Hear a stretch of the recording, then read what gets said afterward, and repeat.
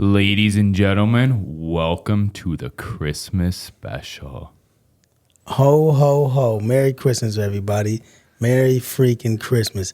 I hope everybody is all happy from, hanging out at the malls and buying all this stuff for the kids and spending all that money.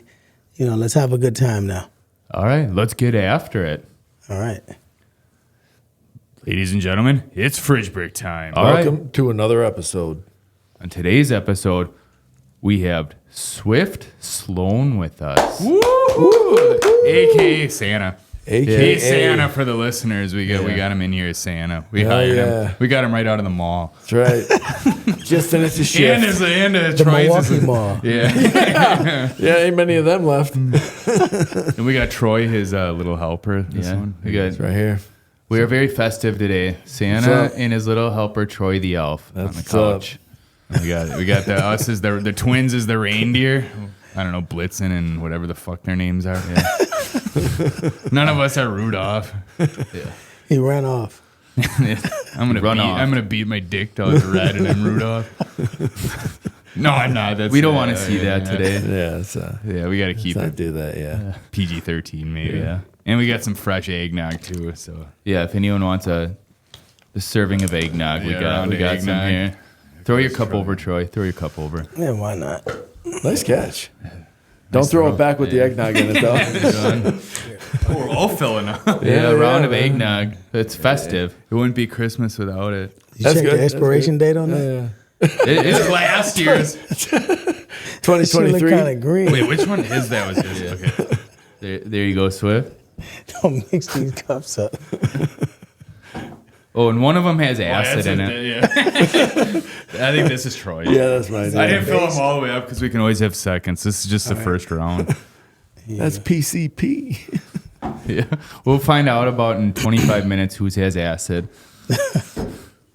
All right. Well, that's the spot. Swift joins us today, and we'll dive deeper into your work in part 2 of the podcast. But just so everyone knows, he's a filmmaker, director, producer out of Milwaukee.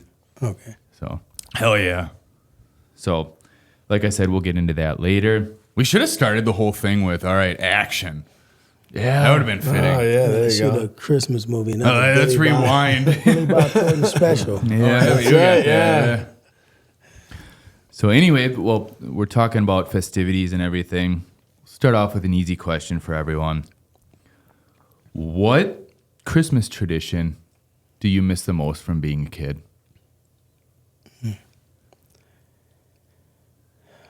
Not buying gifts. Probably from probably for me is just opening up that first gift at 12 o'clock. We used to be able to open our gifts at 12 and at midnight. I was just about to ask midnight. Yeah. You took them right out of Santa's hand? No, they was like, Shit, he didn't even get down the chimney. I guess my mom or whoever was just hiding them under the tree, and then we go in there. Oh, okay, grab one of the gifts.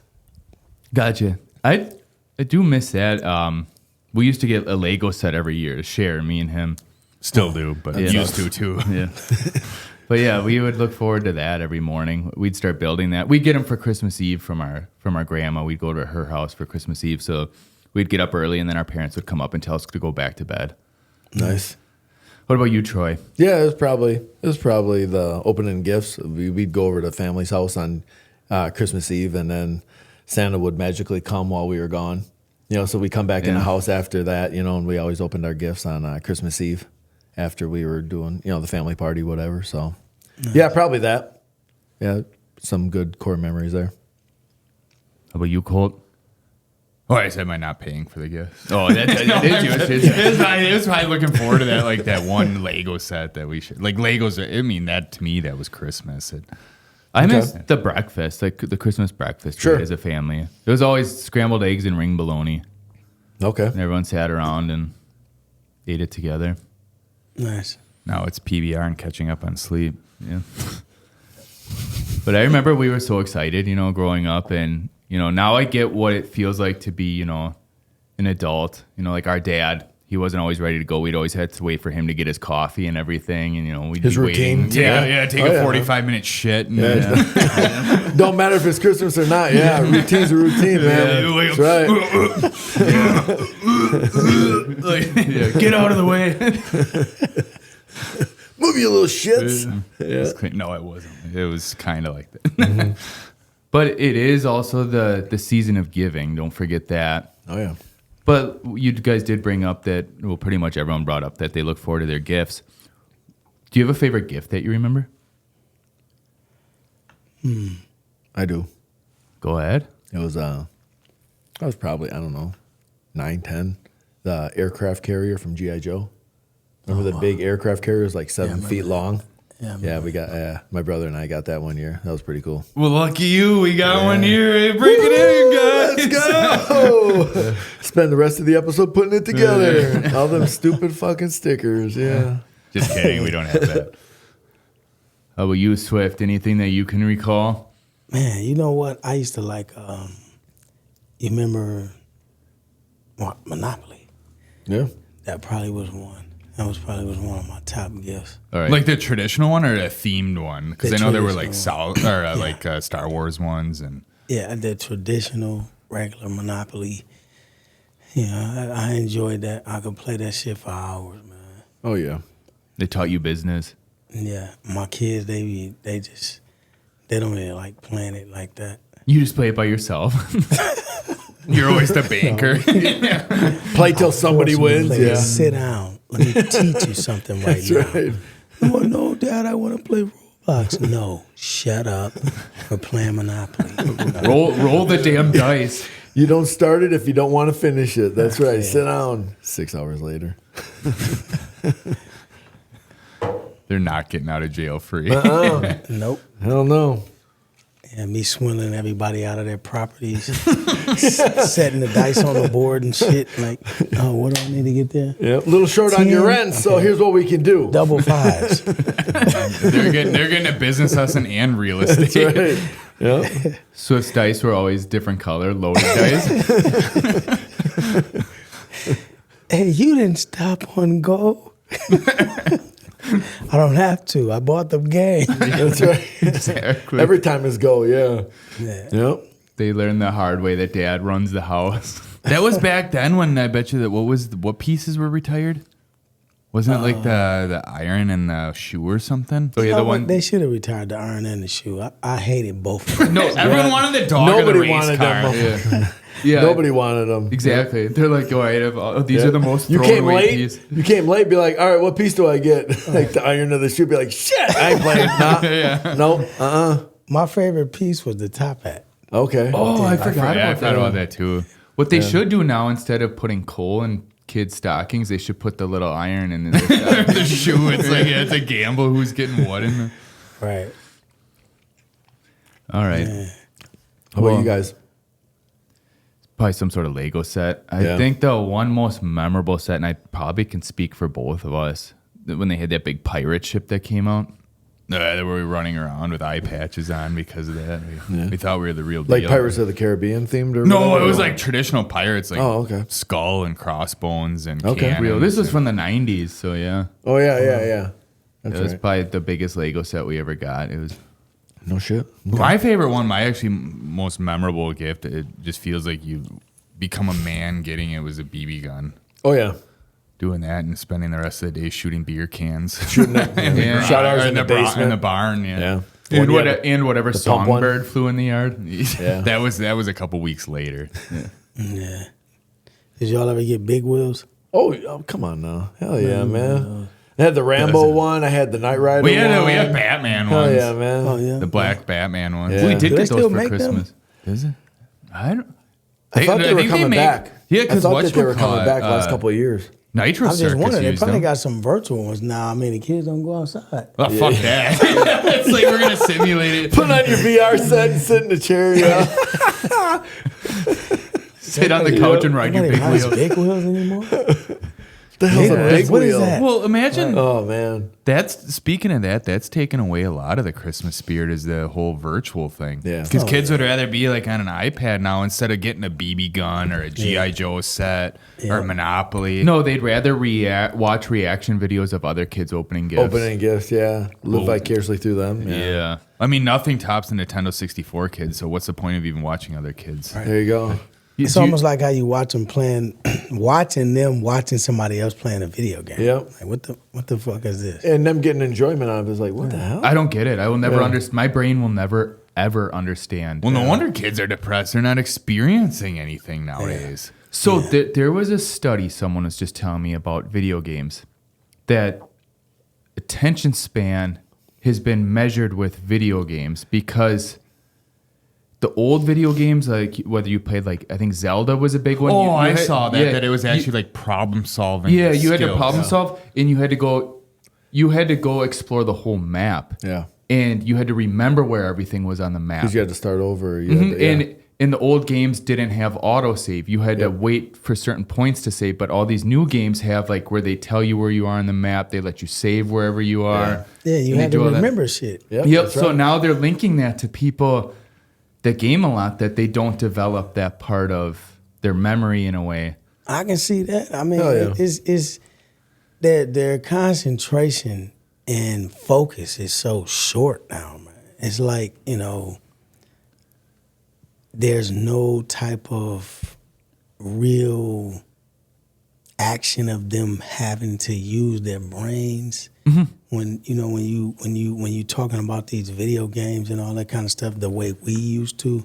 I mean, because listen, when I played Mario Brothers, I used to have to remember every place I went. If I wanted to get all of those men, you remember that? Oh yeah, man. It's 100 men. And you didn't have the internet. You didn't have the internet to like look up stuff and get it for free. You had to go. You had to go talk to someone. If you were lucky, you got a Game Genie for like Sega. Remember the Game Genie, whatever? It was kind of like the cheat code thing, but yeah. That's what another thing with the video games is they used to have more problem solving things. Like you had to like solve this to get to the next spot. Or I don't have any examples of it, but they don't have that anymore. Yeah. Well, you had to discover all the hidden things, too, that were, like, within a map or within a whatever. Yeah, like you said, like the 99 characters. Mm-hmm. You jump on that turtle and keep jumping on that turtle, whatever, and get them. Getting all them men. And everybody that's sitting there playing with you like, man, would you stop? Just jumping and just going. I'm getting all these men. You're like, man, just die. I want my turn, yeah. So, actually, one of my most memorable Christmas presents, we weren't allowed to have any sort of Nintendo system growing up. Oh, our parents wanted us, playing outside naturally and doing all that. So I think it was when we were finally in high school, they surprised us with a PlayStation 2. Oh. And that was our first system. And then we were glued to it for like 6 months straight. Yeah. So, I mean, that was probably a good idea. Do you think it helped? I think so, but when we used to go over to our friends' houses that they had video games, we'd be glued to it. Like, hey guys, we're gonna go play outside. We're like, okay, we're in here just playing Donkey Kong or like Mortal Kombat, just sucking 8 hours. Yeah, just getting ribbed by your buddies because No, I think overall it hurt me because when someone busts out a Nintendo 64 at a party now and they want to play Mario Kart, I suck ass at it. Well, they probably thought we were like, the special kids or something. That are like at the birthday party, like they don't even know how to play this. So did it help us like physically? Probably, but not socially. We were a social experiment. It's kind of like the kids that, you remember Benny Hill? Oh yeah. Benny Hill? Oh yeah. I remember that. No, that's before. But kind of like the kids that, like my cousin used to come over our house. We used to watch stuff. We had no business watching. And it was a show called Benny Hill. They used to come over like, y'all watching Benny Hill? We can't watch Benny Hill. I'm like, man, we watching Benny Hill. What the hell are you talking about? Go in the other room. Yeah. Get out of here. Yep. So that's probably why they used to like hanging out at our crib, That's also no supervision. Our parents, or I should say my mom, our mom always made the rules, not our dad. It's a mom thing, but we also couldn't watch like PG-13 movies or anything like that. But when we'd go over to our friends' houses, they'd have like Jurassic Park on or something like that. Con Air, I remember. The neighbors had Con Air on once, and we thought it was like the greatest thing. Yeah. Wow. I mean, Con Air is the greatest thing. So. Yeah. Anything Nicolas Cage is just the greatest. Was Raised in Arizona? You seen that? That's a Coen I seen that in the theater. Yeah, you did? Oh, in the theater, yeah. That was a good one. I don't think I've actually ever sat down and watched that whole movie. Wasn't that Nicolas Cage in there? Yep. Yeah. Wait, is that the one that's Coen Brothers? Is it one of that I their don't first know. movies? That Am I was thinking of a like- different I one? Which don't one? know Or who which one made is that. either That the was from drunk? the That was like late 80s, like Yeah. 87, 88 probably. Yeah, like went in trailer parks or Yeah. something, and it was like, I forgot the theme of it. I just remember they played that shit over and over. Yep. Something with the baby, yeah. It was like him and his girl and the baby, yeah. Kidnapping and all that. Yep. Huh. Yeah, you got to check it out. Look, Yeah, director Joel Coen. Right. Oh, wow. Ethan Coen. Yeah, it was the Okay. Coen Brothers. Coen Brothers, yeah. We watched it once. Check it out. Okay. So you did see that? I don't. I think I fell asleep during it, to be honest. But we need to go back. We and- borrowed it from. you probably ain't wrong. From Jacob. That's who we. Oh, did? Oh, Yeah, that yeah. was Now the that you one, say yeah. that, now the light bulb just went on. But we are huge Coen Brother fans, just not that movie, I guess. Yeah. I guess we're not true Coen Brothers fans. Yeah. So yeah, roast us in the comments. Yeah. All right, back to Christmas. In everyone's opinion, who's the face of Christmas? We're not going to judge you what you say. Well, I thought someone the would spit face something of out by Yeah, now. I was gonna say I didn't want to be the first. I thought we were. I mean, obviously, I would Like think who or what? Yeah, like who are? Yeah, it could be who or what. Santa, I- or maybe Rudolph. I don't know, Frosty. But like, what Santa? comes to your mind? Like, who comes to your mind right away? Is everyone gonna say Santa, or does someone else like weirdly think of like a No. gingerbread or something? No, I think the what's his name? The Nightmare. I know it's Halloween, but Jack, the Jack Nightmare Skeleton? before. Yeah, Jack the Nightmare Skeleton? Before Christmas. Yeah, Jack the Pumpkin King or whatever. Yeah, see, That's like for we us, do yeah. have. Yeah, see, like Yeah. yeah, you do think of something different. Yeah, my kids love that movie. That's why. You know, it's one of those movies you can watch from like Halloween through Christmas. Yeah, genius And right they there. usually Tim do. Burton was a genius. Yeah, I would say that. So he's the one that skipped Thanksgiving. Yeah, fucker. That's Oh, a but- good question. I don't know. Or you should have phrased it. Who should be? Well, we not could good. we could transition it to who do you think should be the face of Christmas? Nowadays, a Grinch. Well, the Walmart the Walmart commercials are doing a good job at I that. was gonna say Gary Busey.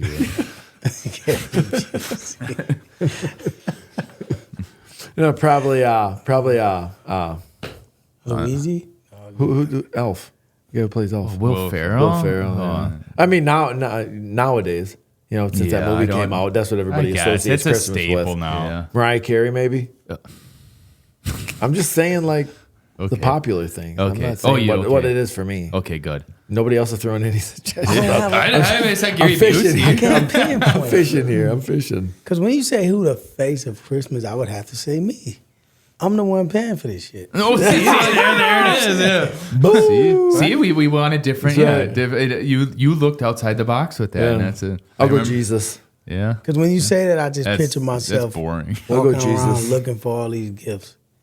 And then you got to hide all the figure out. gifts and tell them. You got to be Santa and not get the recognition until they're older.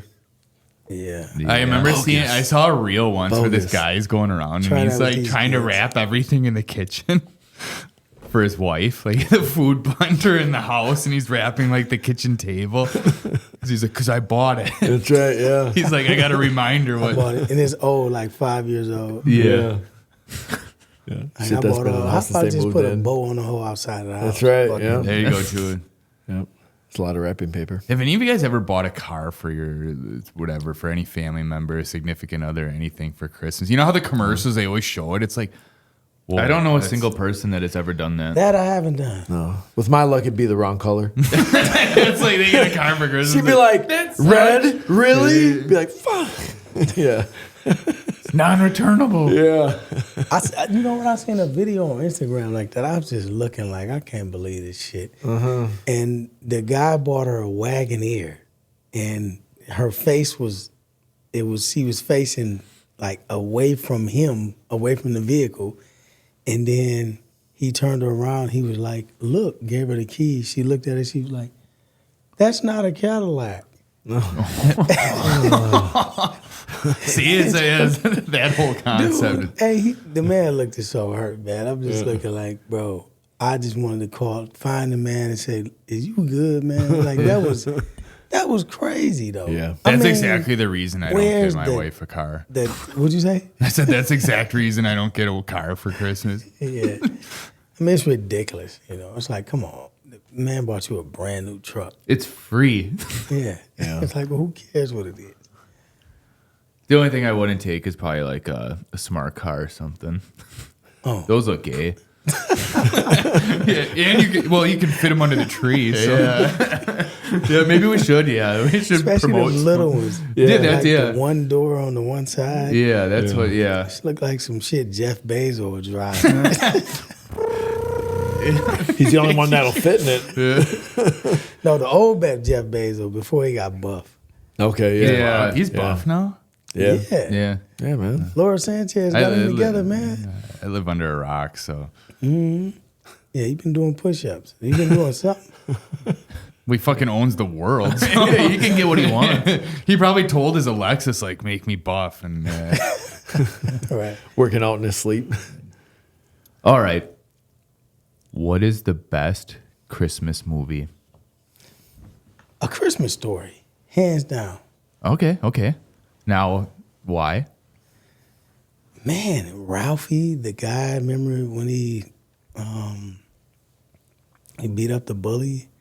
And then, you know, the whole you shoot your eye out, all that shit. And his dad was so fixated on that lamp. Remember he finally got the Fragile. lamp. And, Which how old I is that forgot the name movie? of And it. they're still like I still see him in people's windows. Oh, It's yeah. got to be like the number one Christmas movie Yeah. of all time. That and It's a Wonderful Life, probably, yeah. Oh, yeah. Yeah. Yeah, that one. Wait, It's a Wonderful Life? Yeah. Jimmy Stewart. I don't think I saw. I don't think I've ever seen it. I don't think I've ever even heard of I that. don't think you're missing much, but I've seen it. I didn't watch the I've whole never thing. seen it. Is it on the No, I Hallmark didn't- channel now? It's on everything. Turn it on anywhere from like probably Christmas Eve through Christmas No, Day. did you watch it as a kid? No. No, Oh. I didn't watch it till like 3 years ago. Oh, Yeah, and you ain't You watched missing it nothing. all the way through? Well, I mean, yeah, it's on all day, so you pick up bits and pieces of it. But yeah, You I've watch seen. MASH too? Huh? You watch MASH? and Back in Gilligan, the day? and Gilligan's Back Island. in the day, yeah. Back in the day, I seen MASH. Yeah, not religiously, but yeah. Did you watch MASH. those now while you're eating your Jello? Jello's the shit, man. Back off Jello, man. Exactly. Jello's the shit. Colt. I actually have a tie. Like, there's one that's always memorable for me, and that's Rudolph, the claymation one. I just yeah. remember that being a kid. But then when I was a little bit older, and then to now, which one I really respect because of its cinematic value, is A Muppet Christmas Carol. That's probably mine. Is Muppet Christmas Carol's number one. I'd say the Santa Claus. So I was just gonna bring that. I was just gonna bring that up. Yeah. That when I rewatched Santa Claus on TV, I forgot how much I liked that movie. Yeah. Damn it, that's a good one too. Yeah. That's probably those are my top three: Muppets, Santa Claus, and Rudolph. Nobody said No Die Home Hard. Alone? Nobody said Die Hard. No, Nobody said Let's Die say- Hard. I'm Nobody gonna said say it. Home Alone. I'm gonna say it. These might be fighting words. I have no idea. Probably But I know will. someone- Home Alone's overrated. Okay. Yeah. Why? you know. It's just I don't know. It doesn't have any Christmas spirit to it. It's just a funny movie, you know. Do kids nowadays even like that? I think it's just it's like probably too our violent. It's probably too generations. violent. You can't show it to kids these days, otherwise they will start pushing snowblowers off the roof onto like random strangers. The Amazon guy is there like dropping off That's a probably package. why Macaulay Culkin's so stressed out now. Yeah, no shit. He's got a lot of lawsuits. I can't get any royalties anymore. Legal team took it all. Yeah. But I'm pretty sure he can live his whole life off that movie. Oh yeah. I'm pretty sure he does. Well, there's that one guy, the one that plays Marv. Is that one of the Yeah. guys that are after him? He lives out of Hollywood now. Yeah. Do you know that? Oh yeah. He owns like a farm or something like that, and he just wants nothing to do with Hollywood. He said he's grateful for how the movie took off and how it's like a huge cult following in a way, Oh wow. and that they're having like the 30 or 35 year anniversary this year. Okay. And he was invited, but he goes, "No, I respect everyone there." He goes, I don't do that anymore." He must have had a run in with Harvey Weinstein. Yeah, he bailed out before the videos came out. Now I got a question. Now, being from like cinema, the movie industry kind of, how would you view that if you were associated the rest of your life with one movie like that? You know, like Macaulay Culkin. I mean, yeah, he's done some other ones like was it My Girl? He did the Page Master too. And yeah, he had some other pretty really decent good hits. when he was in. A lot of people probably don't remember was The Good Son. See, like I don't even. Oh, is that the one with Robert De Niro? No, Wait, is that the one where he's a little bastard? Is that the one he's an asshole? Oh, that's with Elijah. What's his name is in that one too, right? Yeah, that was his cousin. Yeah. Yeah. Yep. And he and his mom. It was that movie, man, was crazy. Now, one of them tries to kill the other one, don't they? Yeah, the he does. Doesn't he? He like bullies them and in tells them to like fall out the tree or jump or some shit like that. He's crawling out that tree. It was between her and basically her nephew, his cousin. They was hanging off a cliff. She couldn't save both of them, so she chose to save the nephew and let him go. Guess she's like, dude, the world would be better off without you. This dude was like, Merry Christmas. He was, man, listen, the man was like the child from Omen times 100. The spawn of Satan, right from the sack. Yeah. All right, on that note, we're going to take a quick break.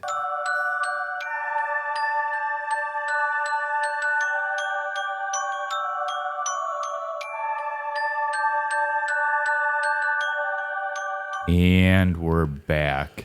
And right back into the Macaulay Culkin talk. I don't know why I always want to call him something else. So where were we with that anyway? Oh. I think, yeah, he asked me a question. Yeah. Go back to that question. Yeah, if you, I forgot the question, damn. It was... something with actors that if they have... if you were... Yeah, like how... Like somebody from cinema. Oh, yeah. How do you feel about... Or how would you feel about being associated with like one movie, kind of like, you know, that being your identity through kind of like your career?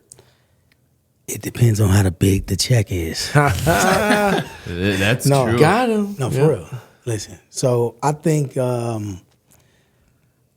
when I think about Wesley Snipes, for me, a lot of people think Blade. I think New Jack City. Sure. Right? So I just think that... I think Blade 2. You know what I mean? Or what the else? Soundtrack. What Yeah, else? Blade 2 not also. White Man Can't Jump, wasn't he in that? Yep, he was White in Man that Can't too. Jump. You know, but for me, Okay. I first got introduced to Wesley Snipes through Nino Brown. So I can't shit. I mean, for years, everybody in the black community called dude Nino Brown. So I was like, okay. But so I just think that it's all about, if it's a movie that was a great film, you know, that you put on a good performance and it made a lot of money, you're making good residuals. Look at the guy, what's his name? Jason Weaver, I think his name is, that played Michael Jackson, but he played Simba, I think, in Lion King. And his family negotiated a contract for him where the boy make like, I want to say, $1 million a year. Oh, from the original one? life. For the original one? Yeah. Yeah. Yeah, the little dude. that's- Yeah, his mom negotiated some deal. Yeah. I mean, the thing, For Simba, you're talking? Yeah, the Yeah. voice, he was... yeah. So they was trying to give him a flat rate. Yep. And he didn't take it. He took back end points and back end money. Do you know who actually made the mistake on that movie that did that? The flat rate? Who? The people that did the soundtrack. The group from Africa, the Sequoia, you know that? Of course they got screwed. Yep. That's what I heard. Allegedly. They need some Probably better didn't have a lawyers. Yeah.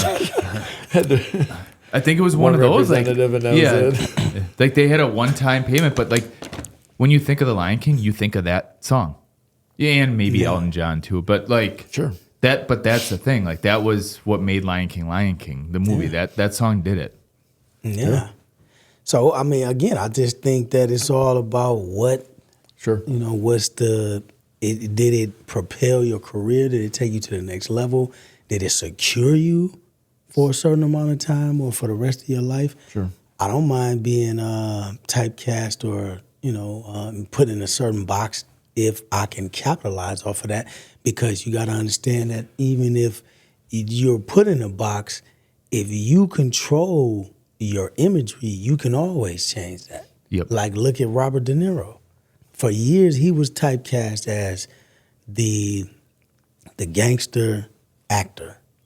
And then he started doing Meet the Fockers and all this other stuff. Right? But he used that in a comical relief way. Like, Sure. it benefited him later in the comedy side of things. It's probably like analyzed. Before this, that, it was analyzed that. Taxi. See, like the heart, he was like, kind of like that on edge kind of dude, you know? Yeah, I got you. Okay. So, you know. So now I do see this, the other side of it too. When you play it, like your first role goes very well.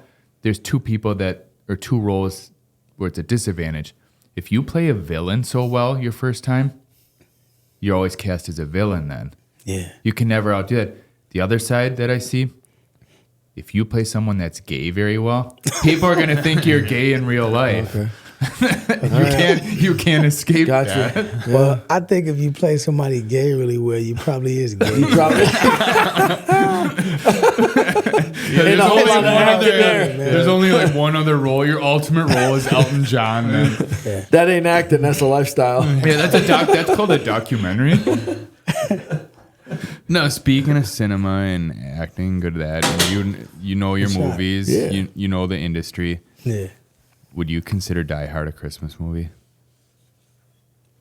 In the sense of it bringing the family together and keeping everybody woke after they ate a bunch of food, yeah. Keep everyone awake. I wasn't thinking of that. Like, hey, let's watch Die Hard. Get the kids, honey. We're turning on Die Hard. I just feel like I dig it. It's dig it. definitely gonna get the party going. Yeah. You know, And then all your kids. y'all been doing that for a while. And then all your kids are gonna be saying "Whoopie Ki motherfucker" from that Christmas on. That's the only time they're allowed to swear. Christmas Day, they get to say that. You can say this one word. What would it be? A Christmas word? No, in general. One swear word. You tell your kids they can say one swear word on Christmas. Oh, Jesus fucking Christ! Happy birthday, not me. Jesus fucking Christ! Not me. Not that one, yeah. Sure, like that. I don't know what. They're probably gonna end up swearing anyways. So.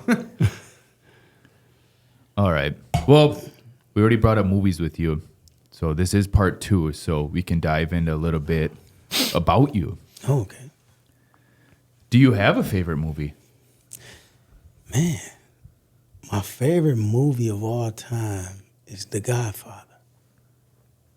The first one, right? You're talking The Godfather, number 1.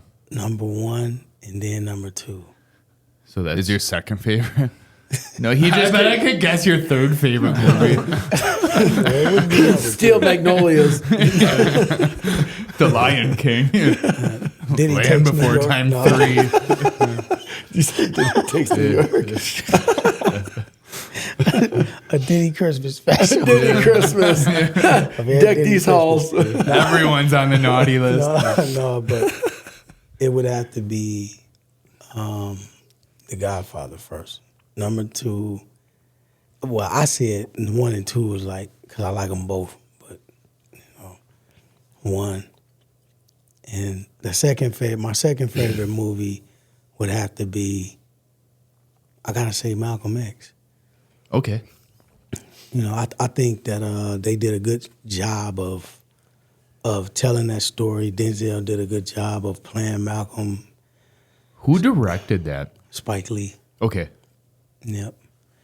It was a good movie, especially for them to have done that in the 80s, and for Denzel to have been so young of an actor, because you got to think that was really more towards the beginning of his career. Right. And that's a huge role to take on that early. I mean, It's an iconic role. It's a very iconic character. Definitely. Hell yeah. All right. I But- do have a confession to make, though. I think you're going to make the same confession I'm going to make. No, I've never seen The Godfather. Okay. I've seen bits and pieces. I've never. Troy, say what you need to. What? Oh, I thought you were looking at me like, Oh, no, are you fucking no. serious? Oh, no. I don't think I understand it's a great No, movie. I've seen never- parts of it, but I've never sat down and I've watched never the whole s- thing. yeah, I me feel either. bad saying that because I am a big cinema nerd, and I have not seen that, and I haven't seen. was pretty I haven't long. seen Citizen Kane Pretty either. long. So, Godfather, did you know Al Pacino almost lost that role during the filming of it? Nope. To who? Well, because he wasn't doing his job well. Oh, wow. I didn't know that. Yep. Because that's Francis Ford Coppola. Ford Coppola? Is that, yeah. They gambled and took Al Pacino for that role. He didn't really have any movies under his belt. He was a Broadway actor. And something about him that he wanted, and then the producers didn't want that. They wanted a name tied to that. But when they were filming it, he wasn't doing a good job with it. Wow. But he was given like one more chance, and it was during that restaurant scene where he like shoots whoever, and that's when like Michael becomes Michael, right? Yeah, I know what you're doing. No, I don't know what you're talking about. But like during that, like he also in the back of his head, Al Pacino knew like when they were filming it that he knew he had to become Michael like in the storyline. So he was actually like doing a good job. But he also wanted to lose the role because it was like a lot of stress. So he wasn't going to be mad if he like lost it. But I guess he got hurt jumping in the car too, and he goes, "Good, I'm off the movie anyway." But no, they were very impressed with the restaurant scene with him, and that's what kept him with the role. And now look at like he's known for that. Yeah, I can see that, them being impressed with the restaurant scene, because he was the nervousness, you know, or how he had the jitters and him doing something that he had never, like he was literally about to step into something that he could never walk away from. Yep. No going back. Committing a murder. Yep. You know, I think he did a good job of illustrating the emotions. And I think a lot of that's like raw. That's what he was like. Wow. He was going through that nervousness because like he was scared he was getting fired. So like everyone on set's like the other actors like, "Hey, we got you. We got you. Don't worry. Like we'll help you with this. We'll help you through this." And yeah, he nailed it. Yeah, I think actually I heard too that E.T. went through the same thing when he was starring in his movie. He was so far from home. Yeah, Spielberg almost fired him. Yeah, but he is really far from home and scared. Wow. And he nailed the Reese's Pieces scene. That's what got him, yeah. He actually got Finger really touch drunk scene? when he was doing the Touch scene. when he was doing the drinking too. I guess he really smashed those Coors banquets. All right, before we make Swift even dumber listening to us. All right. Who's your favorite director? Favorite director? Man, and it has to be Martin Scorsese. You are? Okay. Yeah, I would have to say Martin Scorsese, hands down. I mean, Why? I just think the way he's so thorough with telling them stories, and I mean, I can't think of one bad movie he has. Exactly. He brings you into the world. I watched his docuseries too, by the way, on it's called Mr. Scorsese on Apple. And I think it's because of the way that he tells a story, and I mean you literally become a part of that world. So he's building that for, yeah. I never really thought about that. You're right with that. You become part of that world, and I feel that these days directors are missing that mark. They're jumping you right into this place that they didn't build up. There's no character development these days. You're thrown into something that you know nothing about, and you don't get a chance to really experience it or feel it. Absolutely. It's just rushed and. Well, that's what, like he just said, you know when you watch a good movie is when you can feel it. And you leave it acting like you were in that for an hour and a half, 2 hours. Like think about Goodfellas. Or if it's Martin Scorsese, it's 4 hours. Goodfellas? Yeah, I've seen Goodfellas. 4 or 5 maybe. You seen Goodfellas? Yeah. Okay, so, I mean, when you watch Goodfellas or take Casino, I mean, man, it's like those characters is and obviously you feel like you're in the mob. you know what I mean? And obviously it's one of them things where he has the time. You know, when you got money for these budgets, you got time to really, really do what you're supposed to be doing and really get in there and do to make the story what it's supposed to be. So when you're comparing, excuse me, a lot of Hollywood films to independent, you know, you'll see that difference right there. Right. You know, but I just think that, you know, even with directors in Hollywood who have the budgets, they just don't. I don't think they take the time that, and they're passionate about it the way he is. I mean, you watch this guy, the series that they got on him with the Apple joint. He was on there talking about how he was about to take a gun and go to the studio, and Steven Spielberg or somebody else had to talk him out of it because they was trying to cut stuff out of his movie. He was literally he said he was about to go up there and shoot one of the studio heads, and I'm like, this dude is like really into this. It makes a good story. You know? Yeah. I mean, but he just did it for attention.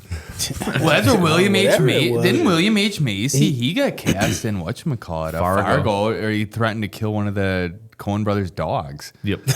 Yeah, he said, if I don't get this role, I'm going to kill your dog. But sorry, I didn't mean to interrupt your story with that. No. That was I was done. I was just trying to explain that just the way he takes his time, and I mean the way he put it together is so authentic. You know what I mean? It's one thing to tell a story that you can't. That you can tell that Martin Scorsese, either him or somebody around him or whoever is people on his team, they know the culture of these films, these stories that he's telling. Well, even when you're watching it, you know you're watching one of his films. It's the same thing with like Christopher Nolan or Quentin Tarantino or Steven Spielberg. Yeah. You know you're watching their films. Yeah. You know, Martin Scorsese, he's going to give you whatever that's supposed to be. He's going to deliver you to that world, and that's why I like him. Offhand, do you know if he uses the same cinematographer, or does he try new cinematographers? And that I don't know. Okay, because I know sometimes, like, a director has like their go-to one or two cinematographers that give them the feeling that they want. It's a lot of trust. Now that I don't know, and I wonder, was it the cinematographer that gave him the gun that he was about to use and go shoot the studio head? Just like Alec Baldwin's gun. Whoops. Yeah. Oopsies.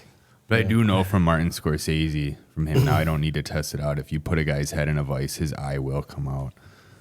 Definitely. Wait, which one is that in? Isn't it Joe Pesci does that to Is someone? that was in Casino? Okay, think, see, right? I gotta definitely look which one. I think the guy's eye pops out.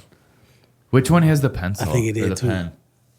I think that's also... No, that's Goodfellas, right? Yeah. At the bar, he stabs a guy like 30 times at the pen at the bar. Is that Goodfellas? Yeah, I think that was... I'm pretty sure that was Goodfellas. See, like I always, once I start watching whichever one, all of a sudden I'm like, oh yeah, that's this one. Was that Goodfellas? I could screw it I up. That could remember be the Casino. pen. I yeah. remember the pen. I'm trying to figure out. I can't remember what movie that was. That might have been Goodfellas. It was one of them. Yeah. They came out so close together. And But speaking of these highly decorated directors, what inspired you to get into the film industry? Well, Can you narrow it down to like maybe the one day you thought of it, or the time period? well, I would have to say I've always loved movies, but what inspired me to really want to get in the industry was writing and wanting to see my stories on screen.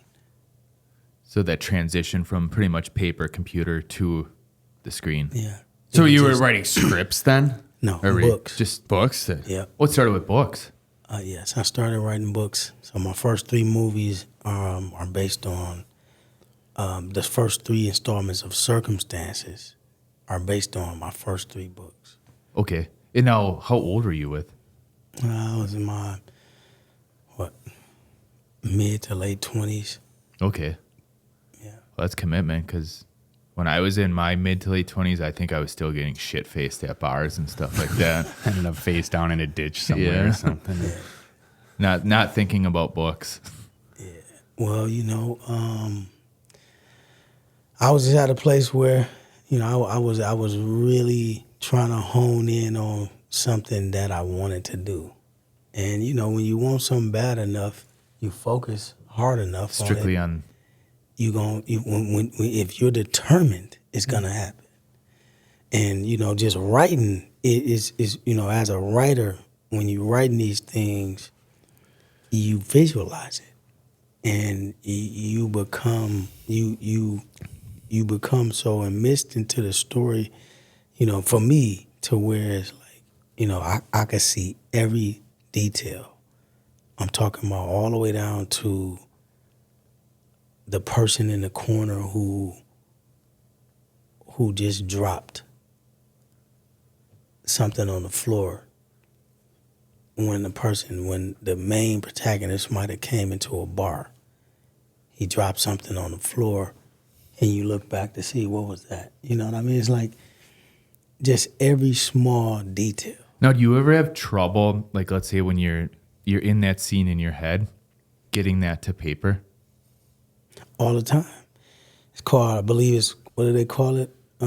Writer's block. Okay. So, and when I get into those modes, I just basically I take a break from that shit. I sit it down for a minute, Walk away. Off. Yeah, I might cool off for a couple of days. Just, get my mind off of it, reset, go back in.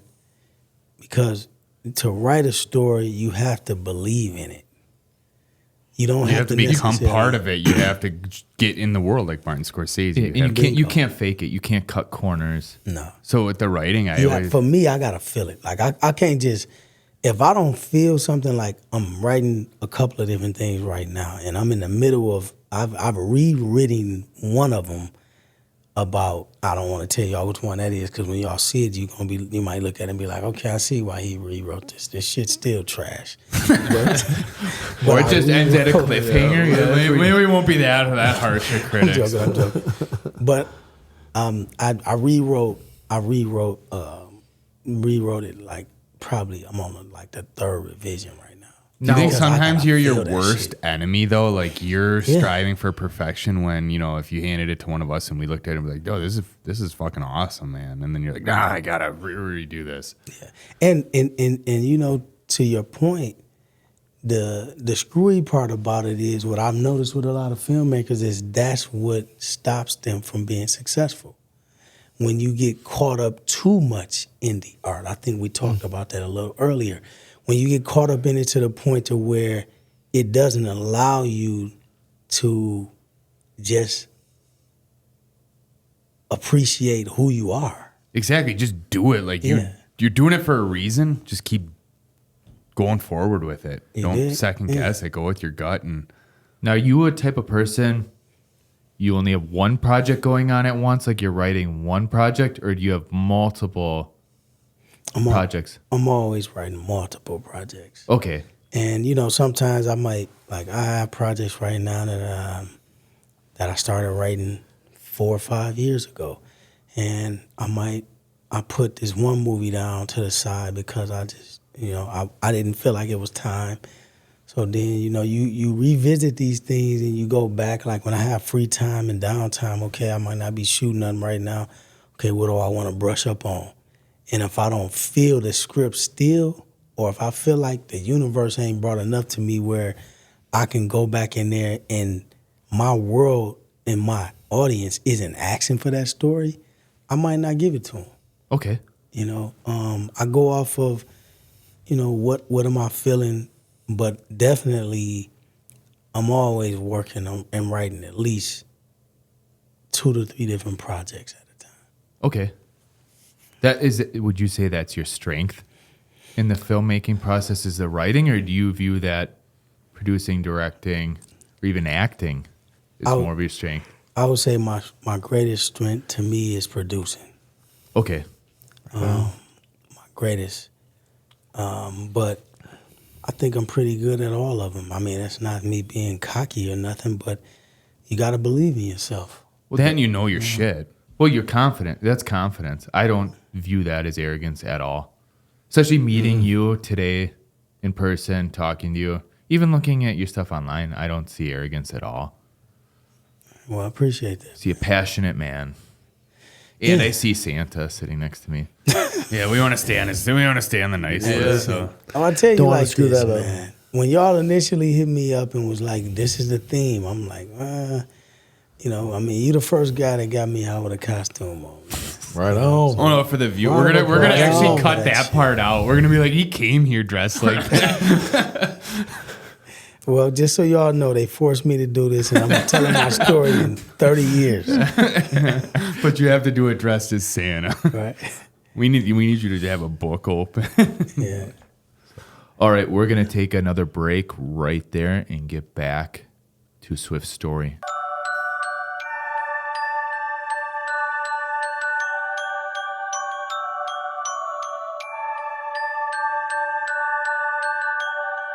And we're back from the break, and we'll continue the life story of Swift Sloan.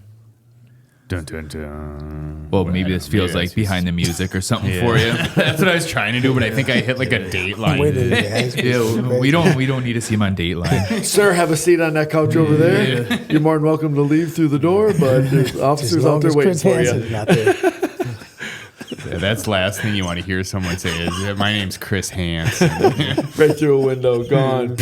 Speaking of Chris Hansen, way back on an episode, we had Chris Johnson here, who is a mutual friend. That's how we found you, and we became that. And I know this sounds weird, Chris Hansen, Chris Johnson, but I still feel bad. I accidentally called Chris Johnson Chris Hansen on the episode. Well, that's not exactly like a disrespectful, because Chris Hansen's like, he's the good guy. It's all the other people are bad guys. He got a point. Yeah, but I just wouldn't want to be associated with none of this. Yeah. Check, please. But every now and then, like when I'm going to bed, like that embarrassing moment pops in my head. So Chris Johnson, I still feel bad about that, even though I don't know if you think about it. And say, Chris, I'm sorry. I should start doing that. No, we're guys. We don't say sorry.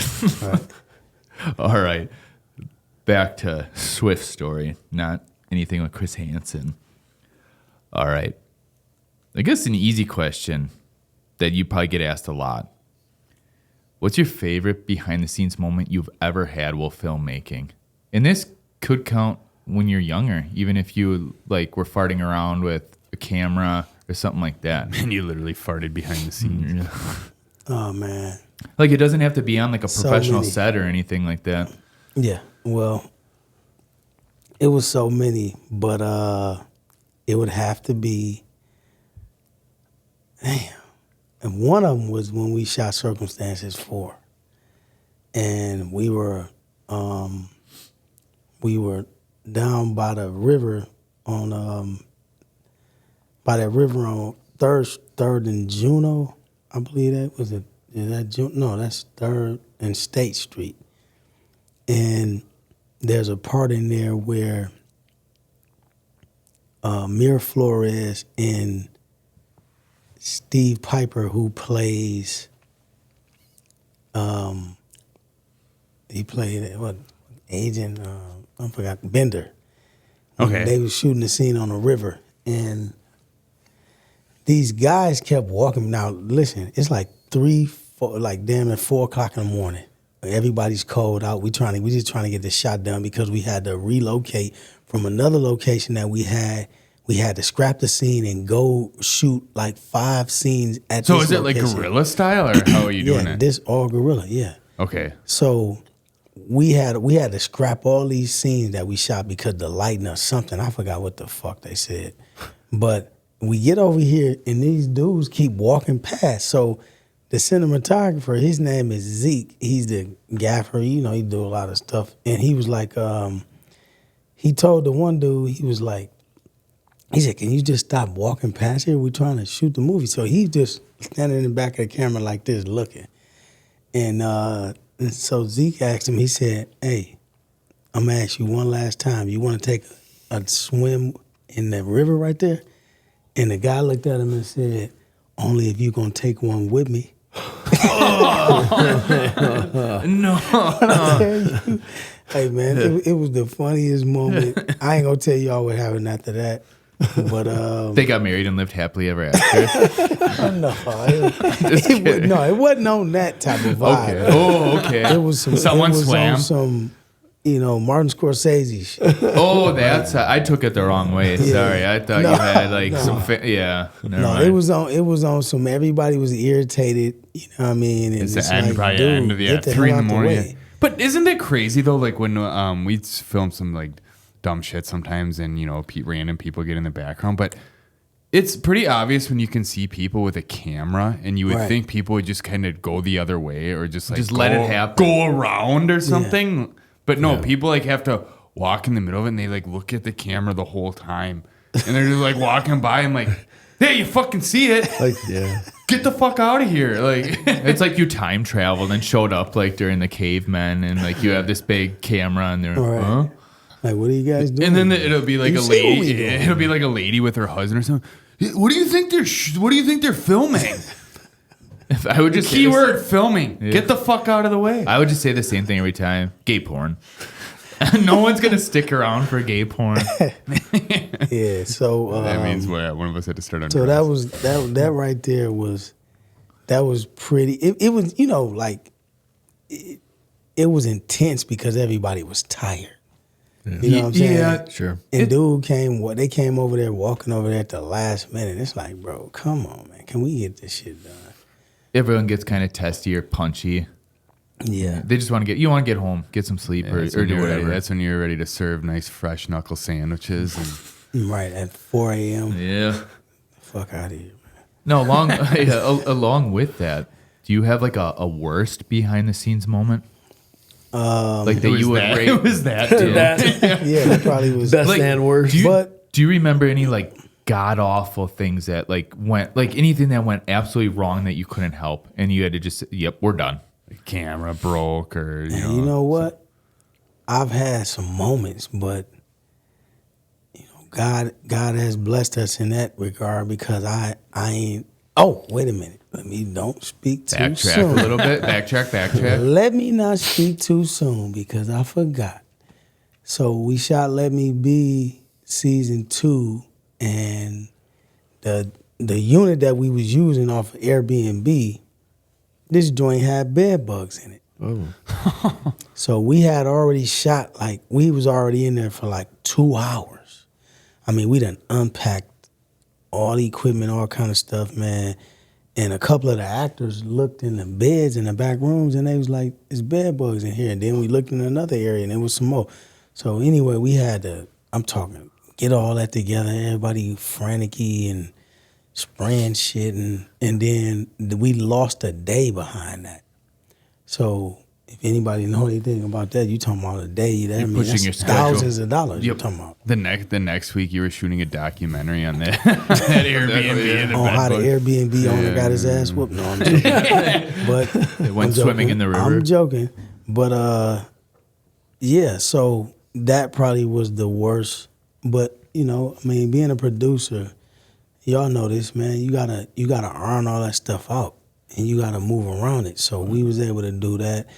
And that's how you know when you're dealing with great producers that actually know what they're doing, because it's not just about you knowing the job. It's about you knowing how to pivot when you. Oh, you got to improvise. There's so much improvising in film. I mean, we can't speak on behalf of you because you're in a way bigger setup than we've ever done. But I mean, we just go on site and it's just like us two, maybe a third person. We did this shoot with Troy once for the Fib Patrol, but I don't know if we paused or anything for that, but it's like you got to wait for everything, and you got to learn how to improvise. If someone's standing in the background, the lighting's not right, the sun's in the wrong spot, you didn't figure, a car is going to be parked somewhere or something. Mm-hmm. It's a lot of patience or bed bugs. For real. And then the owner, he was tripping about, basically not trying to reimburse us. And I'm just telling everybody, man, look, who cares? I mean, that's like at the that's like at the bottom of our worry list. We just need to figure out how to go. So what we ended up doing was we went to another house and we kind of cheated with the angles. And we figured it out. See, if you're knowledgeable with that stuff, yeah, you can make do. And it's crazy what you can kind of fool the viewer with what you do on camera. All the time, but it's what they call it, movie magic. That's why they're tuned in, because they don't want you to show them the truth. They're there to see a story. Yeah. It's like magicians in a way. Yeah. Like shit, we can show an little establishing escape. shot of an igloo and people think we're sitting in an igloo right now. You know? Or something dumb like that. No, for real. Yeah. Lex Luger's house. Or space. Yeah, space. Yeah, something. And next scene is us sitting right here. Or Santa's workshop. You know? There you go. It's the power of imagery. Right. So, what do you view as the best reward out of all this?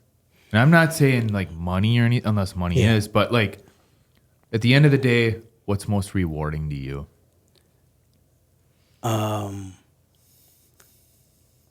Me being able to put other people in position to do things that they love to do or that they never thought they would be able to do. That right there would be one.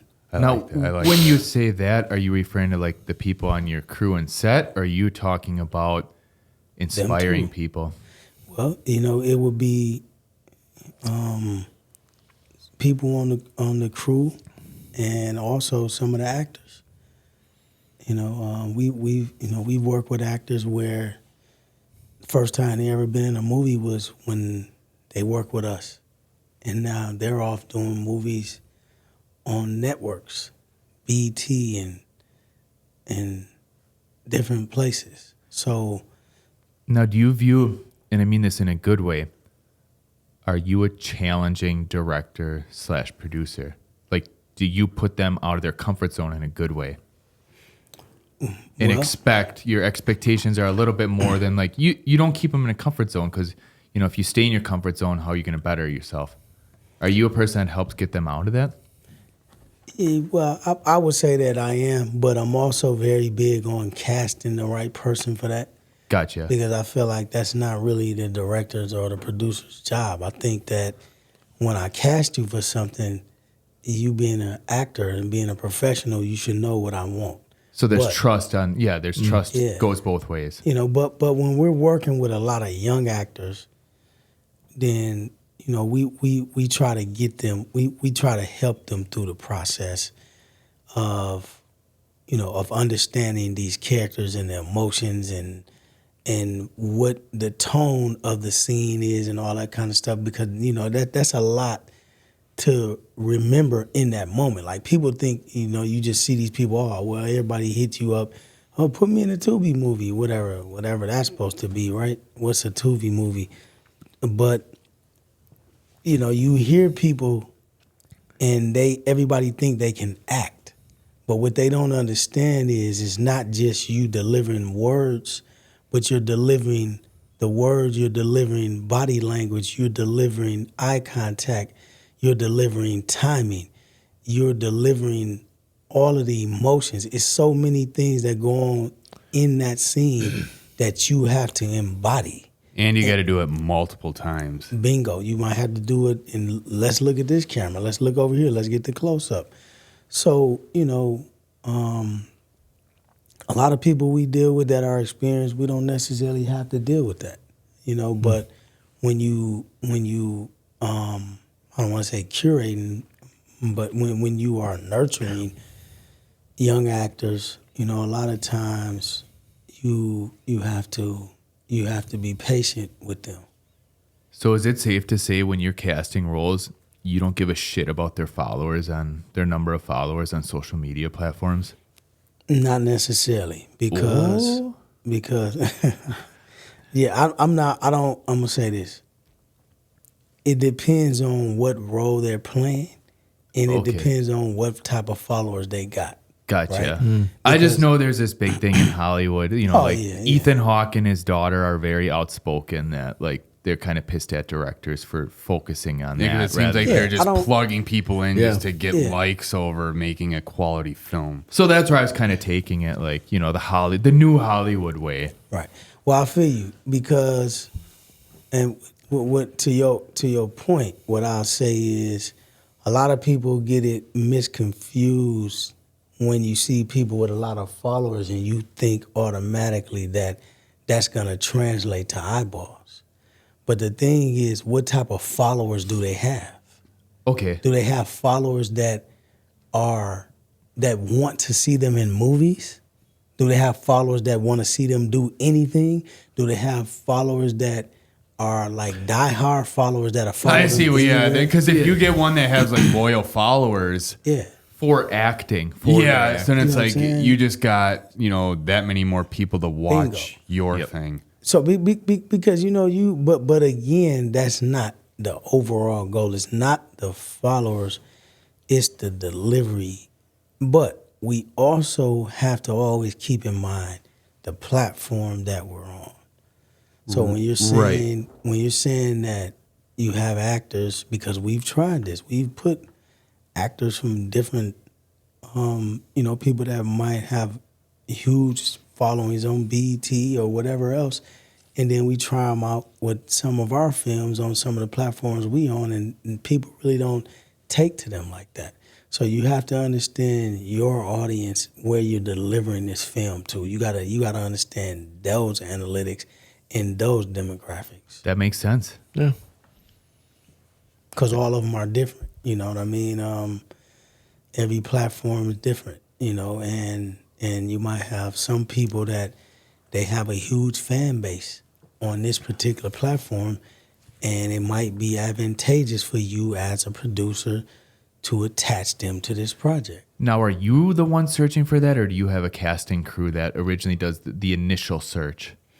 Well, I'm involved with every area of the process. Okay. So even with casting, I might not necessarily pick each individual, but Have you had to cast an animal yet? Like a dog or a cat? No. Have I? No.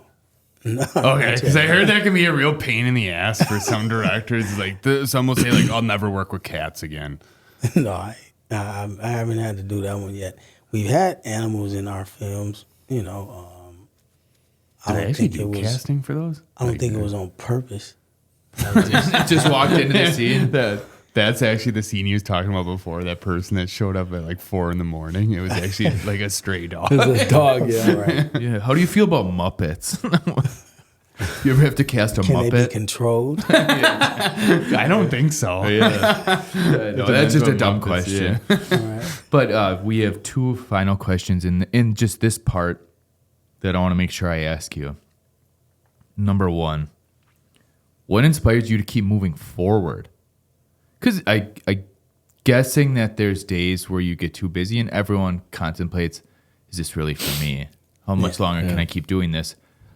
So The what challenge does Swift do? Or what do you tell yourself? For me, it was what inspired me to keep moving forward is finding new challenges in the wins. Once you start winning, man, Okay. that shit, when people tell you, like y'all know this even from doing the podcast and other stuff you do, once you start winning, that shit get contagious. Yep. And you now you want bigger wins. Oh, we're only doing it because we can keep drinking beer. The small wins, we keep it at small 100 wins. cases out there. Yeah.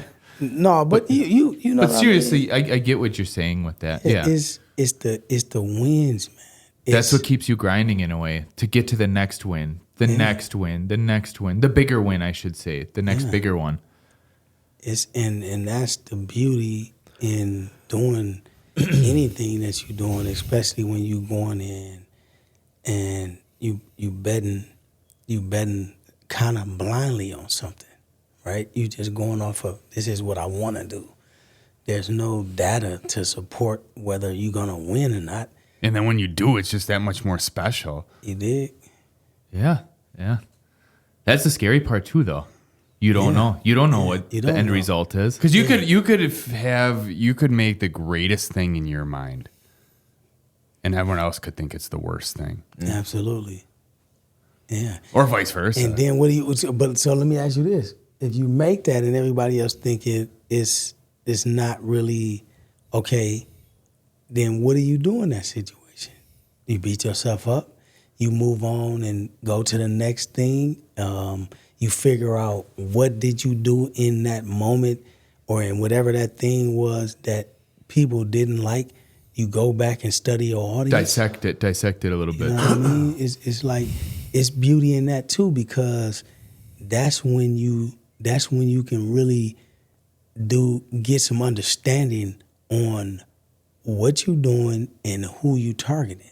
Because at the end of the day, we can make all these great things all we want. Mm-hmm. This podcast can be fly as fuck to us, but the people that's watching it, they gotta feel like that. It has to translate over to the audience.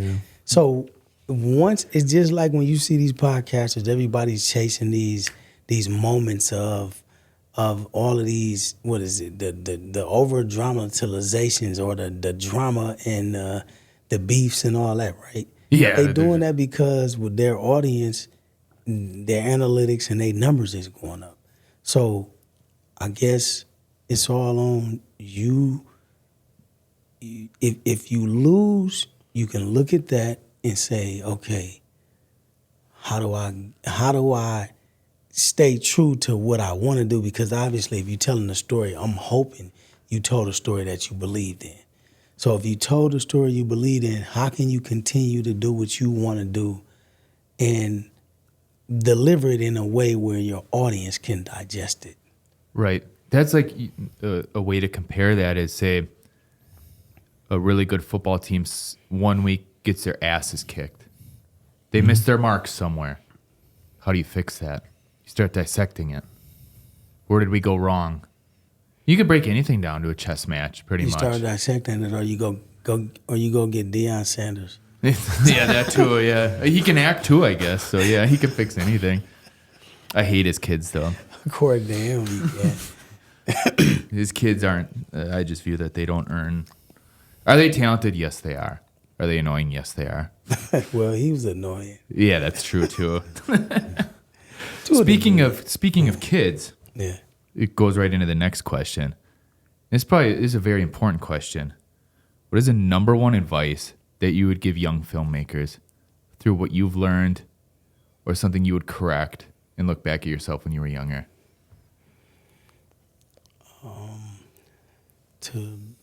I would say to be very, first of all, if you want to get in this industry and you want to win, the first thing you got to do is you just got to just do the shit, whatever that means, right? Whether it's you got one camera, you got whatever it is, you take whatever you got and you do it. And as you're moving along, understand that this is finna be one of the hardest things you ever do in your life. This shit ain't easy, man. This is, like, I know to a lot of people that I probably make this look like, oh, anybody can just get out here and shoot some movies. This shit ain't easy. No, it's not overnight success. But what challenges you, and if you win at doing that, it's only going to make you better. Yes, it's very expensive. You know what I'm saying? It can be very expensive depending on what your pockets look like. Y'all are experts at this shit. It only took like 20-something episodes. Right.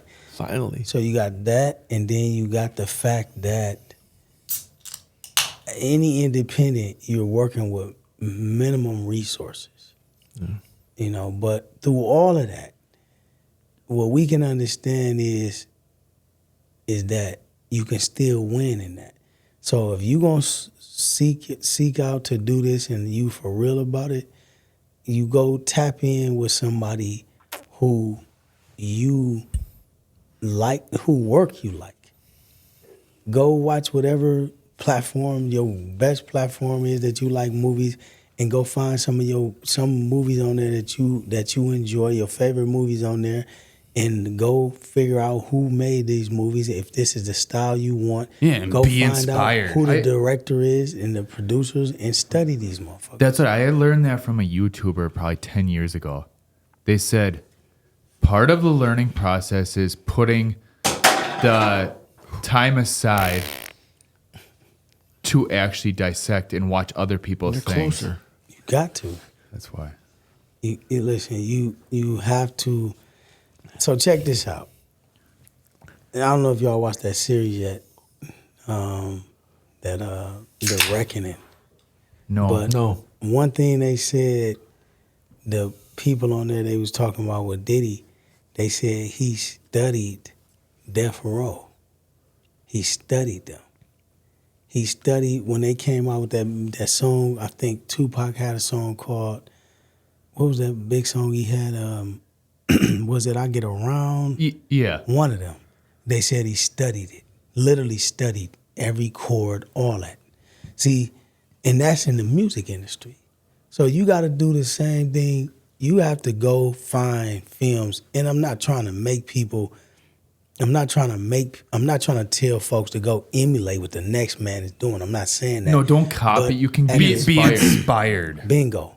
You know what I mean? So it's like you have to understand, number one, when you go study other people, you're going to understand the market. Because if they're winning at this, then that's what if this is the market you're going to be in, then the market is telling you this is the type of shit we like, right? So you got to understand that, and you got to understand how did they put this together? What is the ingredients with this? Meaning, the storyline. Was it did the villain win?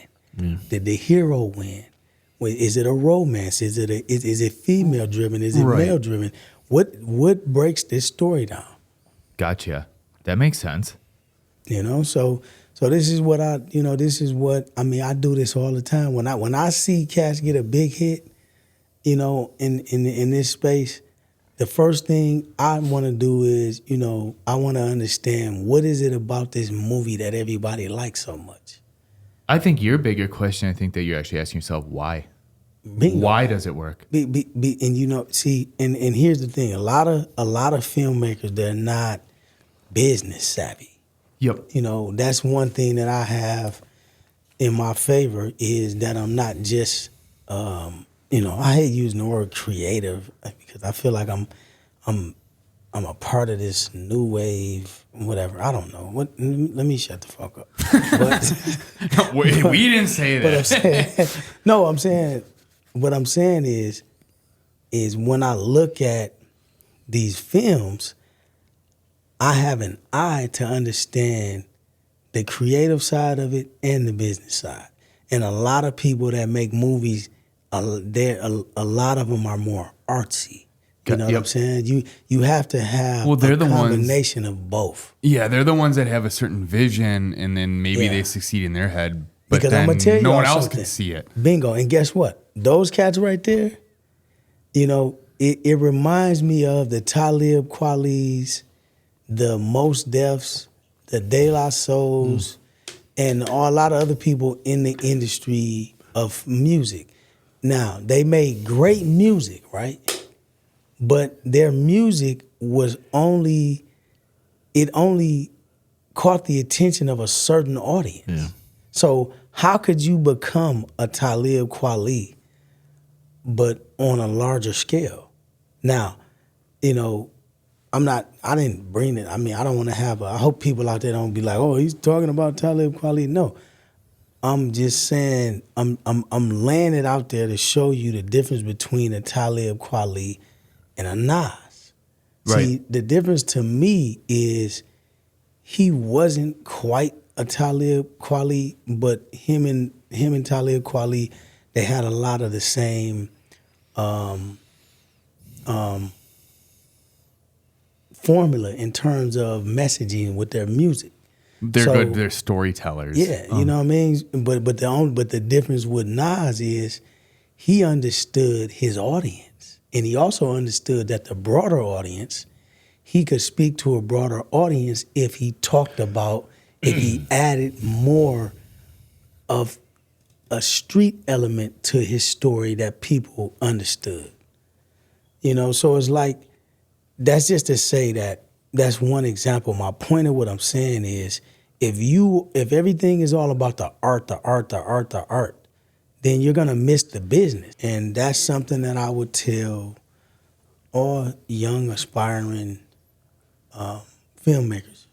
You're gonna be at your best when you understand the art of both.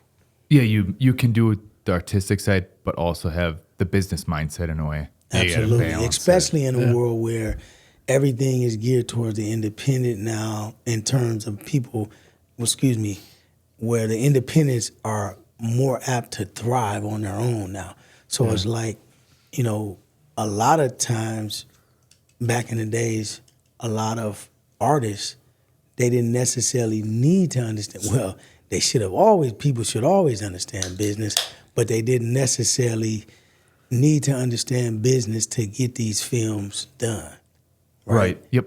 You know, Hollywood or whoever, you know, was helping them with these movies, help them bring their stories to life, they handled that end. But as an independent, aspiring producer, because if you're a writer or whatever, if you're independent, you're gonna be a producer.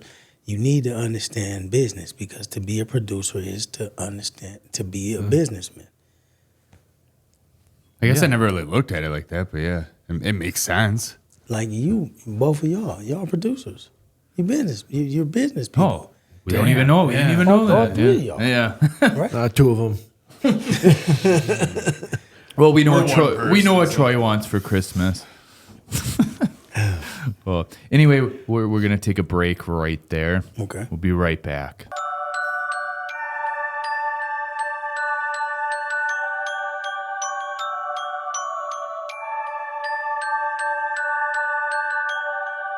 And we're back from the break.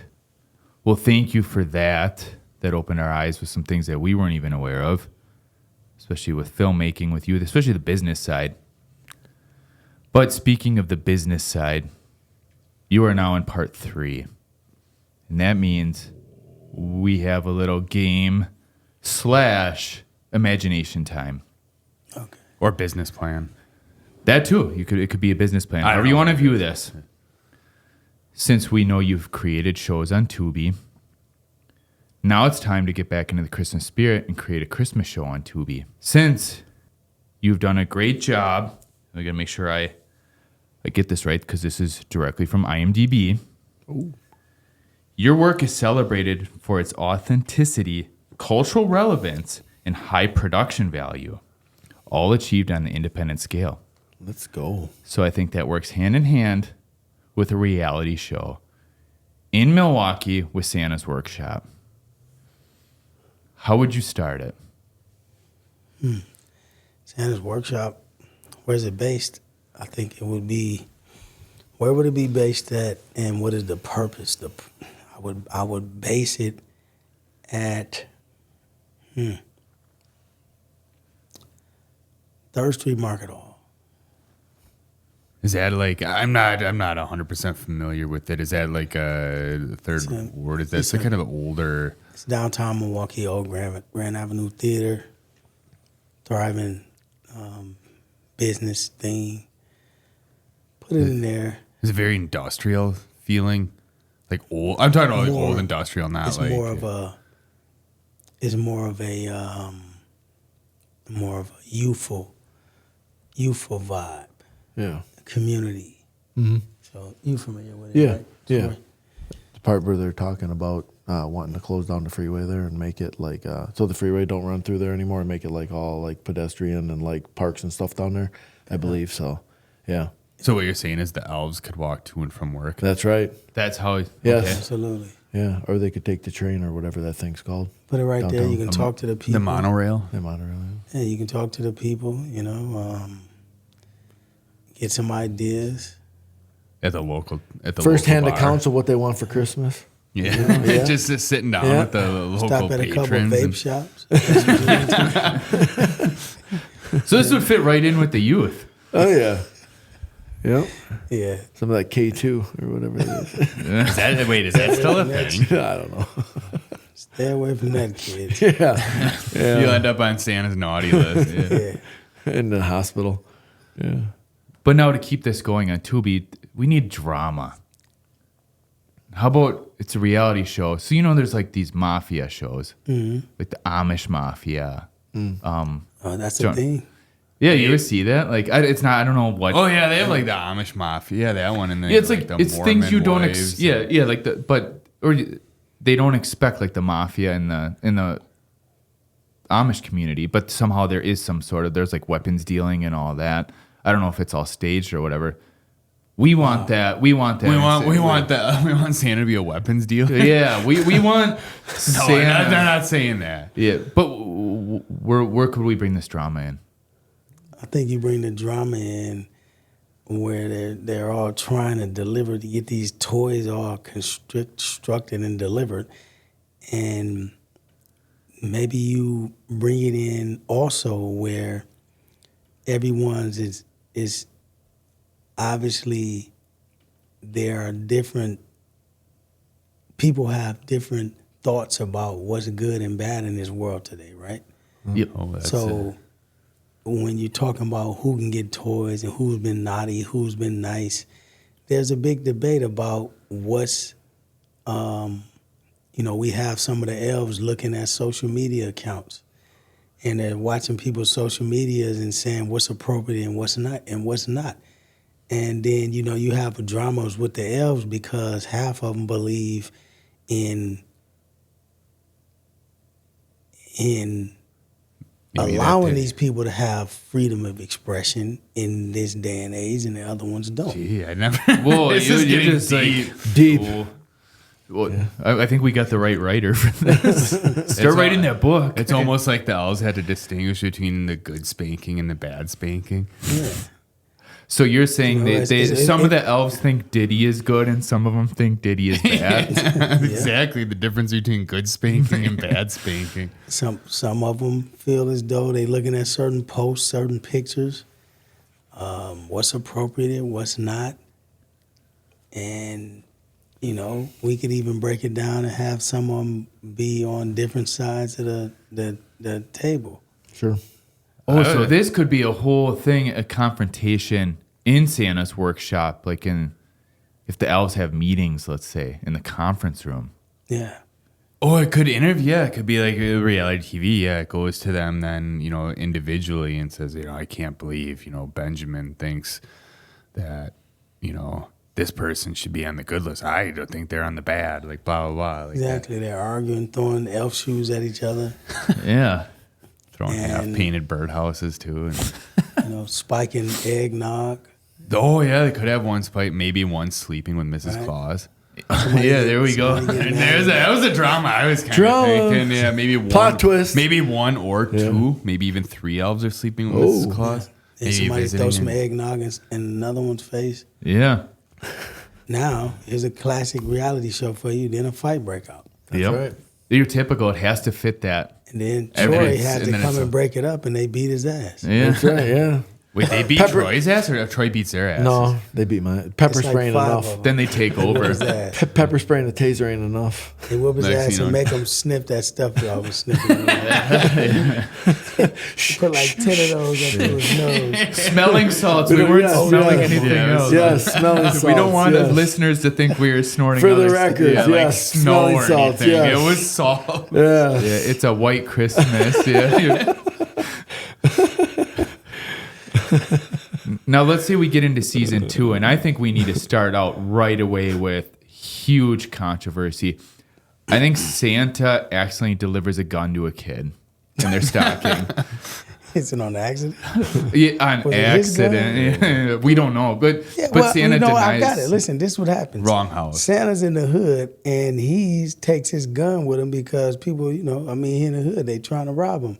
So he accidentally takes his gun when he slides down the chimney. Instead of putting it in his waistline, he actually puts it in the bag on accident and leaves it. Under a tree or in a stocking. Yeah. And little Timmy finds it the next day. And then he's all over Fox 6. Brian Cramp's looking for him. So you got this all narrowed down. See, I think this is this is a new Hallmark movie that we can. Can you imagine like every episode it leaves with like a cliffhanger? then Like they the piss gun him is under off. the tree and then But we do that. And now he's on the run. Yeah. See, but then Santa can't go back to the North Pole. He has to He live can't in. go back to the North Pole, so he ends up going to Miami. And then when he goes down there, he's met with Tony Yayo, and Tony that's Yayo a and name Uncle drop, Murder's yeah. tracking him now, and they trying to 50 Cent sent him down there because now he want to do a reality show. About him. A Well, I docuseries, suppose I was mean. gonna say it was better than a documentary on him, but yeah, here we go. Yeah. And all that while like 3 elves are sleeping with Mrs. Claus. Yeah. They're keeping the bed warm. Yeah. Yeah. I think every season ends with that. Three new elves coincide with Mrs. Claus. Who's gonna play Mrs. Claus? Probably Sydney Sweeney. Oh, No, that's just that would be So they're gonna have some- that would be to get you know, followers. some mixed kids. Yeah. Okay, that's different. That's like a Netflix special, maybe. No, if it was I Netflix, mean, hey, it is 2026 going in, right? That's right. Yeah. we're not in the 30s Different set of anymore. rules. yeah, that's true. What is Yeah, it? Sydney and Santa takes what? Wait, who's Santa though?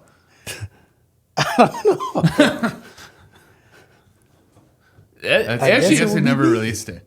Here's a question I have, and sorry if it gets personal. You can jump across this and slap me if you want. Right. Do you view Santa as white or black? Well, I think it's all on in your mind. What do you view him as? I think he's all different colors because, in all honesty, me and you both know who he is. Yeah. So he's whatever color your parents are. That's the best answer. That is the best Multicolored. answer. Yeah. Oh man. Hey, you know what? That would be a dope movie. I can see like Him changing races What if before he we goes down the did- chimney. what if we did like if it was a feature though? And you need Robin and you Williams. casted Sydney Sweeney as Mrs. Claus, and Santa Claus would be Well, Sydney Sweeney would definitely have enough milk for it would those have to be cookies. somebody. It would have to be somebody funny. Kevin Hart. He's a little short. Yeah, I but- was no, gonna I'm say- just kidding. I'm totally He kidding. can fit down chimneys just fine, man. Yeah, you But he's roll already- him up in a little he's gonna have ball. to. He's got to put on a little weight for Santa. But he's already off on a shelf with those commercials. Yeah. He'd make the good head elf. Oh, this is I think that's actually a very good. He's a good head elf because he's already been an elf. I'm just saying. I just think it'd be funny if you casted Santa and Mrs. Claus as I got a good Santa. interracial couple. Yeah. I got a really good Santa. That'll really piss the audience off. This is a curveball for Santa. What? Snoop Dogg. Ooh. And Yeah. guess who would be Mrs. Claus? Martha Stewart. Oh, Has she to be. is. Yeah, there Has it to be. is. Yeah. Ain't no choice. Yeah. There's no Sydney though. No, but she can That still milk would provide be the all milk. Yeah, she dry. can still provide the milk for the He is- cookies, though. He gets caught messing around while Mrs. Claus is in prison for tax evasion. That milk would be like. Remember the There's milk more used to drama. come in the cartons? That you used to have to add water. Oh yeah, the milk cartons. You're saying? The powdered milk. The powdered milk. Powdered milk, yeah. That's what kids are gonna get in their stocking from Sydney Sweeney. Yeah, signed by Sydney Martha Sweeney. Stewart. Oh. Well, they yeah, can probably- get fresh milk from Sydney Sweeney. We can have her as one of the reindeer. So who would be in that case? You know what? That would be a hell of a cast. Snoop Dogg. Martha Stewart is Mrs. Claus then, and Kevin Hart is the head elf. Yeah. Yeah. And who's Rudolph? Do we have to cast an animal, or can we just do like CGI and someone voices the? Cold. I think a human being, No an thanks. asshole human being should play that. An asshole, you said? Yeah, a human being. No, we need Yeah, someone that. No, no, you know who he- would is Why can't I think of his name right now? Mandalorian. Pedro Pascal. Yeah, Pedro Pascal's Rudolph. Who was that? He's like the Mandalorian. You watch The Last of Us? Am I saying? And Last of Us, right? You know, he's a Mexican looking guy, right? I had to Like see him. He's big. Like and he got in He's trouble. huge now. He gets in trouble because his anxiety is touching women in interviews. Oh Lord. Yeah, he gets away with it though. Cause Yeah, he's this paid. guy. Oh, okay, yeah, he played in Narcos. Okay. Yeah. Oh yeah, Yeah, yeah, he's, Narcos. Oh, yeah. That's like his big breakthrough role, and then he was in Game of Thrones. So Colombian looking guy. Yeah, well, we need 8 other reindeer. No, we're not going to name those all right now. We can just have Robin. If Robin Williams is still alive, he could have voiced all the reindeer. Yeah, or we could just get Air Bud to play Rudolph. Remember Air Bud, Who's that? the dog that played in all those sports movies, The golden retriever. Yeah. Golden Receiver. Yeah, I that's remember it. that. Yeah, you were probably a little old when that came out. Yeah. Remember Milo and Otis? We can probably get those animals back. Martin Lawrence probably make a good reindeer. Old drunk one. Just do it. Eddie Murphy probably would too. He could play all the reindeer. Yeah, there you go. Him and Martin Lawrence together, they could be next to each other. Like they was in life. We probably need one like gay reindeer though. Like a gay actor or someone. Yeah, that's what I'm saying. Both. A gay reindeer. That could probably be its own. That's side. season. That's its own side story. Yeah, I was gonna say that's season 3. That's season 3 of the show. He's getting bullied by the other reindeer school. Yeah, Rudolph's so gay. That can be another time. Maybe we won't even get to that point. Maybe we'll reverse everything in society, and we won't have to get to that by the time this movie hits the big screens. Yeah. Would you produce something like that? Yeah. That movie, I've never done a comedy, but I mean, Well, we can make it a horror movie or something. That sounds like a dope comedy. Although I probably would swap out Sydney for Martha. Yeah, we can make that happen. We can start with an animated one, or at least all we can make storyboards. Martha one of the bread makers or something. Yeah, Sydney can be the daughter of them. Yeah. She could be sleeping with the elves. There has to be something like that, right? There has to be. I mean, that's what people are Definitely into. add some drama. Because Mrs. Claus is probably all dried up. If Martha's playing it. But that's why women watch shows these days, aren't they? Because they always want the drama, like someone's cheating on someone. Generally, yeah. But then guys want someone's killing someone. And I'm gonna tell you something. What's funny is like, a lot of the audience with Tubi, and you hear people talking about this a lot. A lot of the urban audience, like a lot of those stories, the ones that really do crazy numbers. It's always like a revenge. The wife getting revenge for the husband cheating. The wife messing around with An elf. 3 elves. Messing around with one of the her boyfriends or husband's homies or something. It's always like a sweet revenge story. But this is what I tell people. When you look at that, what does that say about the mind of the audience? If we like If revenge they really stuff. like getting off on that kind of shit. It's almost like, because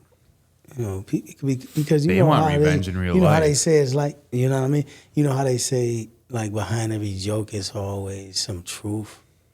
Yeah. Yep. You know what I mean? So when you look at that, it's like I kind of just think about like, what is it? A whole bunch of women or whatever, they sitting at home, and they just pissed off and they like, you know what? Screw them. It's like, check this out. All About a Check 2. So at the end of All About a Check 2, the Conrad's character. So he took off with $250,000. Okay. $250,000 that he got from a girl who was basically trying to play him. And if you go to the comments on social media and everything, all the women was like, why did he have to do her like that? Why did he have to do her like that? She liked him, X, Y, and Z, blah, blah, blah. But she really was trying to play him. But the thing is, when you listen to the psyche of that, it's almost like, irregardless to what, even though she was doing all of the dirt she was doing, the audience didn't want to recognize that. And she was like a hero. Okay. In a way. So we need or better yet, I'm gonna say this. She got done wrong. It's almost like if we go outside right now and start slapping people walking up and down the street, and we walk up to a couple of guys and they whoop our ass, right? And then the police come and we're trying to act like we're victims. So we need to twist that into the North Pole story. We do. We need to make then Mrs. Claus a victim. Or we have Santa. Maybe he goes down a chimney and maybe someone forces that, like a lonely wife or something forces herself upon Santa. And now Santa Who would play that? Halle Berry? Yeah, when in doubt. Yeah. But you brought up your movies, and we're gonna wrap things up with this.